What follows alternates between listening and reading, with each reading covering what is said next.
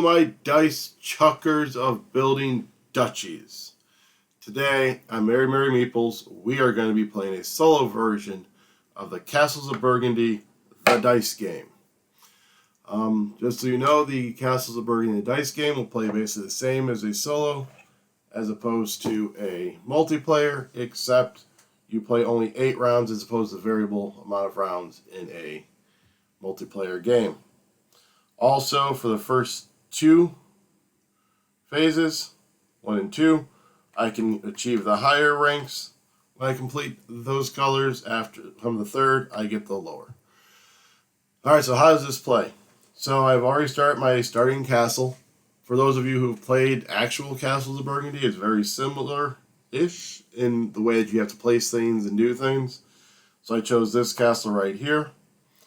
Then I'm going to roll these 5 dice. I'm going to pair up one of the numbers with one of the colors and mark it off. However, certain colors need certain numbers. So if I do a purple, I need a 1 or 2. If I need a gray, 3 or 4. Blue, 5 or 6. The oranges can be any color, but you just can't repeat a number within them. The castles have to be the same number as one of the hexes around them. And then the animals, the number inside of those have to be all the same. When you complete all of them together, you're going to score points based on where you're at. So in the first one, a 1 gives me 1 point, a 2 gives me 4, a 3 gives me 8, and a 4 gives me a 13. But then they go down in points as it goes along. Also, what they do is they give you a power. So the purples give me a monk. And what that means is I can cross off all my monks to treat a die as if it was any color. The silver, is I can spend it to use my other 2 dice to mark off another hex. The blue is I get commodities. What those are is if I ever roll this double blue hourglass, which there's 2 of them on the die, then I can sell a commodity, which gives me 2 points and a silver. The workers allow me to treat the die as if it's any number.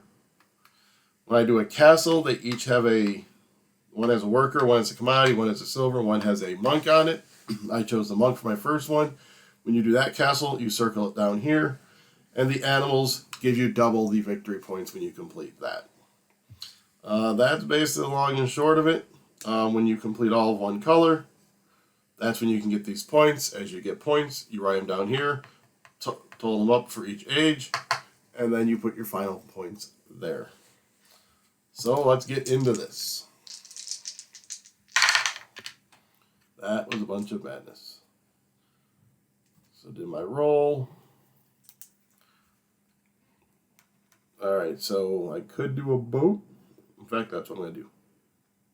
So start off with my boat.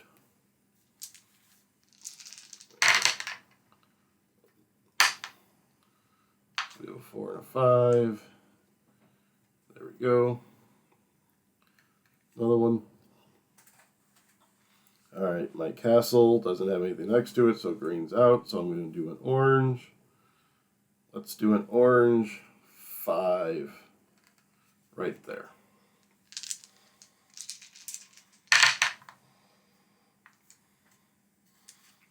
And can't do the commodity. That is honestly, in the solo player version, the only reason for this is if you can sell a commodity. The multiplayer, what happens is when you roll the die and however many hourglasses come up, that's how many times you typically cross this off. Can't do my castle because I don't have a 3 or a 4 there. So instead, a purple. I can't do a purple 3 and 4. If you cannot do a legal placement or you choose not to, instead, you get a worker.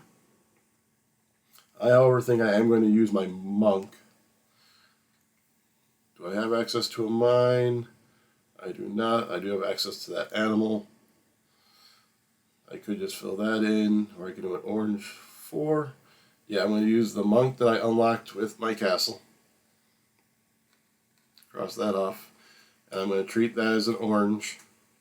And we're going to do an orange 4. There.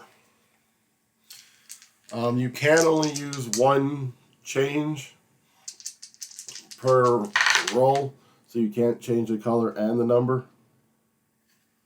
I like this. So I have the green,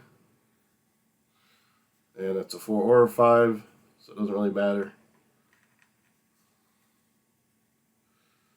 So we got the silver now, and that completed that one, so we get a point. 1, 2, 3, 4. 1, 2, 3, 4. Yep. Sometimes I end up forgetting that because I get so excited with my roll.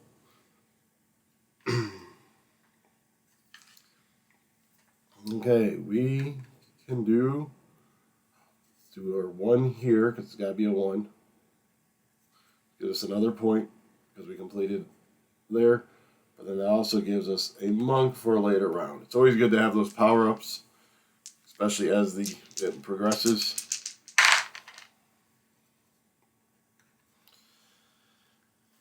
Double purple. And I have access up here. I want to get to my mine. So yeah, we're going to do a 2.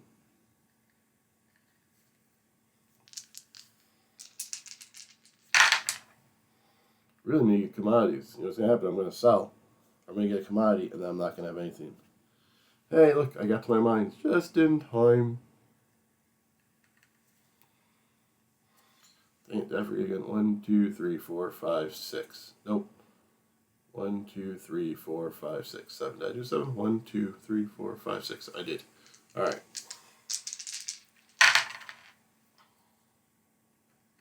So this is the final one of the round. I have a yellow 2. Because it's the final round, so that's a 3, so that's going to go from 8 to a 6. Is it worth to use my monk to fill that in? I'm leaning towards no.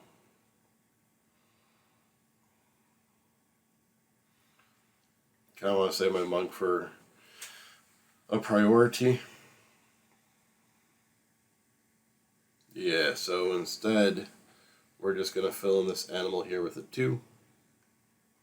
It's going to give us 2 points because they're double. So that's the end of the round. So 1, 2, 3. So I got 5 points. And that's it. We just repeat this 2 more times. Gotta remember about my silverling that I have down here. And gray 4. And now I have a silverling up here. Gray 4. That completed a 2, so that gives me 3 points. Anything else? Can't use the purple 3, so roll it up.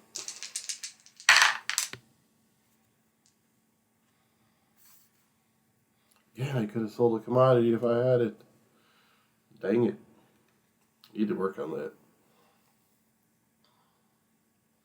So we are going to do an orange 3 here. So that fills up a 3, so that gives me 6 points. And a worker over here.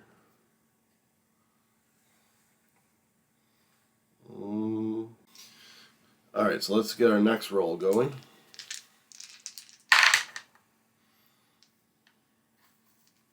Ooh, good thing I have that worker. So we're going to cross off that worker.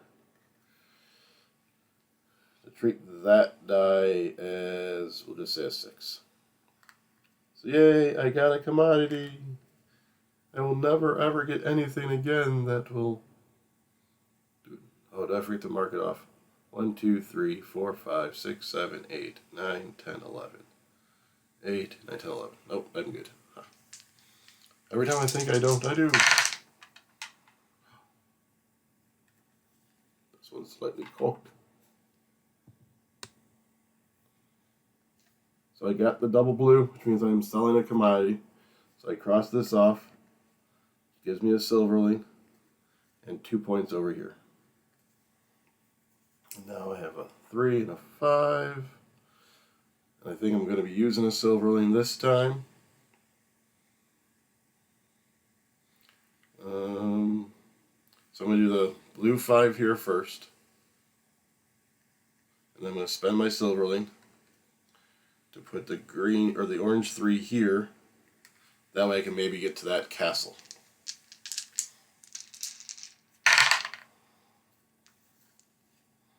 Look at that, I could have sold a commodity again. So I use my worker, so I can't pretend that's a 3. I do have a monk. So let's do the monk. Pretend that's... I'm going to go with orange, because I'm really going to try and work my oranges down here. So we'll go with orange 4.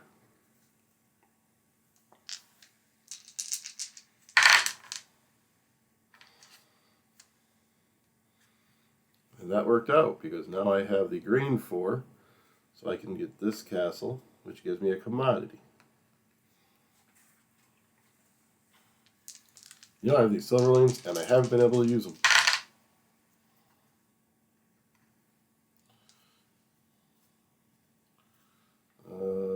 Do I have access to a mine jet?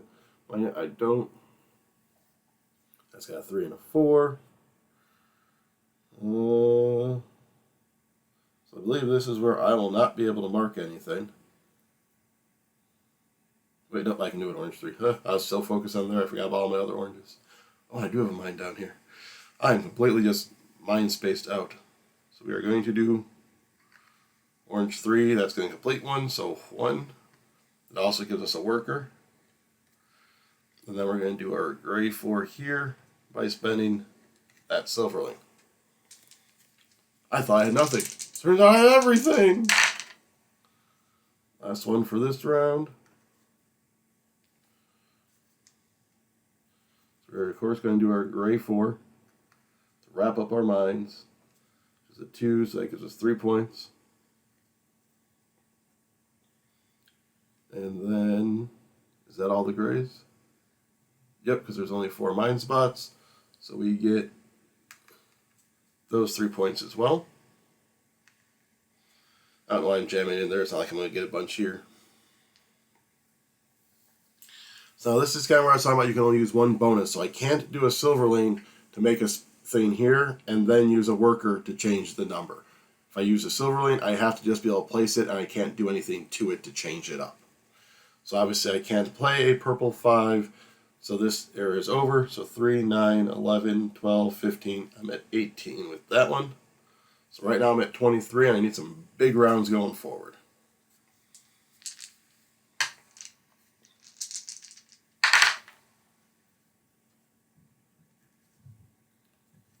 So we can do our last castle. That's a 1. Alright, so I can no longer get these top ones. But I did just get this bottom one. You know, thinking back, I don't think I gave myself my castle last turn. So this is probably actually a 19.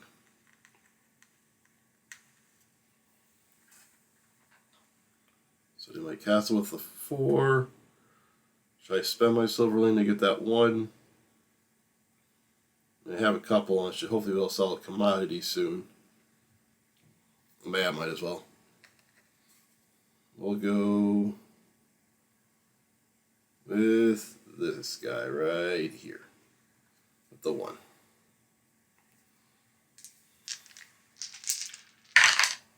There's that commodity I was speaking of. So I sell this. 2 points. Silverling. So obviously I'm going to need to use a worker. We are going to use a worker for that blue. So I can put a 5 here. Another commodity. And that's a 2-fer, so 2 points.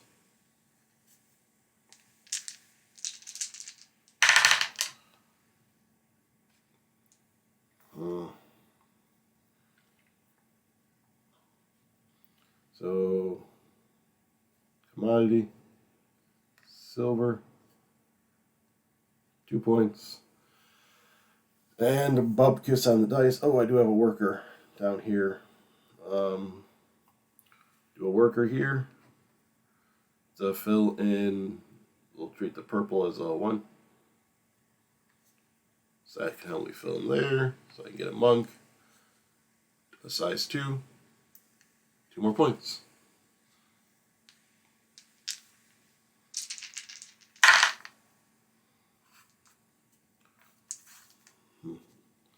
So, again, purple 2, silver lane, and we'll work on our yellow 2s right here in the middle.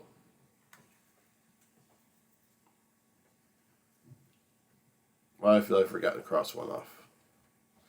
So I have 1, 2, 3, 4, 5, 6, 7, 8, 9, 10, 11, 12, 13, 14, 15, 16, 17, 18, 19, 20, 21, 22, 23, 24, 25, 26, 27, 28. Nope, other way, 20. So 8, 16, 16, 17, 18, 19, 20. So I used 4 silver lanes, so no. 1, 2, 3, 4, 5, 6, 7, 8, 9, 10, 11, 12, 13, 14, 15, 16, 17, 18, 19, 20. Yep, so 8, 16, 20. Wow, I forgot quite a bit. I get too wrapped up in my rolls. I won't forget this time. Commodity, of which I do not have. Now we have blue 3, which does no good. Blue 4 does no good. Purple 3 and 4 do no good. So I think I'll be using that monk that I just acquired. Yeah, monk. To change that to a orange. That gives me a worker and a point. So what I should have done, I should have focused on getting all that stuff early. I talked about it and then just completely forgot. Look at all the orange. Orange 2, orange 3. So we'll use our orange 2 here. And unfortunately, I can't use a silver lane to do that orange 3 because 3 is already present in there. All my other oranges are used.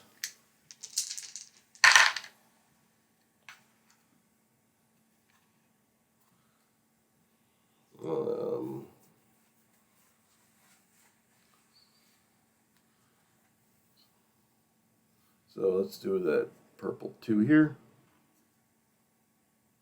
Another monk. Size 2, so that's 2 points. And let's just start the other. Yeah, let's just spend my silver. Start a 3 down here. Alright, now we're in our final roll.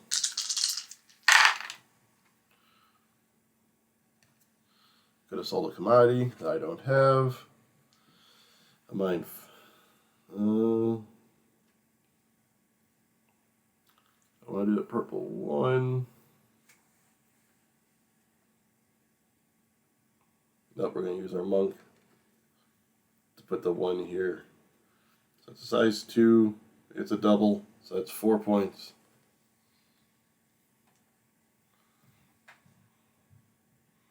And can't do anything with my last silver. Alright, so that is the end. So 1, 2, 4, 6, 8, 10, 11, 13, 17. And there was no other end of game scoring, as far as I remember. We will, of course, consult this. Ends in phase 3. Each player adds up the subtotals of each phase. And then, yep. I didn't miss anything right. My oranges, I took that. Or my grays there. I never got my oranges complete. Yep. So, 36.41 is my total. And back here it says, will you achieve more than 50? I did not. I got 41. Like I said, I probably should have focused, instead of trying to get this big in over here, I should have focused on the smaller ones to get those workers, to not hamstring myself as much as I did with my dice. But so again, that was a solo playthrough of the Castles of Burgundy dice game. For those of you who are familiar with the channel know, Castles of Burgundy is my favorite game of all time presently. And so this dice game, that's a very much smaller footprint, very much smaller. That is English good by me said. That is a smaller footprint and can be played quick and solo. Doesn't quite feel exactly like Castles of Burgundy, but it is kind of close. I know the castle gives you that extra power to use later on. That's one of the things I actually like about Castles of Burgundy. The regular game, though, is when you put out a castle, you can then do another action. Well, that action may chain to another action. So sometimes you can take 4 actions at once. That I do kind of miss in this one, where this is the only time you ever really do more than one thing is if you spend a silver. So I do kind of miss the combo chaining funness. All right. So until next time.